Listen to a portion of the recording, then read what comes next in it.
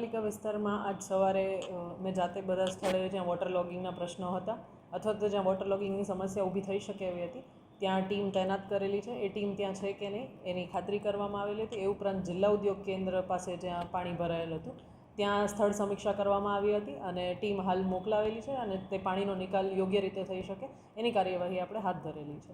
એ ઉપરાંત ward wise નગરપાલિકાએ teams બનાવેલી છે એન્જિનિયર્સની અને દરેક વોર્ડમાં મિનિમમ 2 એન્જિનિયર્સ મૂકવામાં આવેલા છે જેમનો કોન્ટેક્ટ નંબર આપણે શેર કરેલો છે જેથી કોઈ પણ વિસ્તારમાં સમસ્યા હોય તો તરત એ નિકાલ થઈ શકે અને યોગ્ય રીતે નિકાલ થાય એ માટે આપણે ટીમ પણ તૈનાત કરેલી છે. એ ઉપરાંત ફાયરની ટીમ પણ કોન્સ્ટન્ટ અત્યારે કાર્યમાં છે. આપણે જે તે જૂના સમયમાં ગયા વરસાદમાં જ્યાં પાણી ભરાવાના પ્રશ્નો હતા અને સ્થળાંતરિત કરવાની ફરજ પડેલ હતી ત્યાં આપણે ઓલરેડી સ્થળાંતર કરવા માટેની જગ્યાઓ આઈડેન્ટિફાઈ કરેલી છે, શાળાઓ ખોલેલી છે, ત્યાં પણ નગરપાલિકાની ટીમ મોકલેલી છે. જો સ્થળાંતર કરવાની જરૂરિયાત પડે તો આપણે તરત એ વસ્તુનો પણ સોલ્યુશન લાવી શકીએ. એ રીતે આપણે પ્રિપેર્ડ છીએ. 20 કલાક આપણે કંટ્રોલ રૂમ ચાલુ રાખવામાં આવેલા છે અને નગરપાલિકાનો સ્ટાફ કોન્સ્ટન્ટલી ટચમાં રહેશે.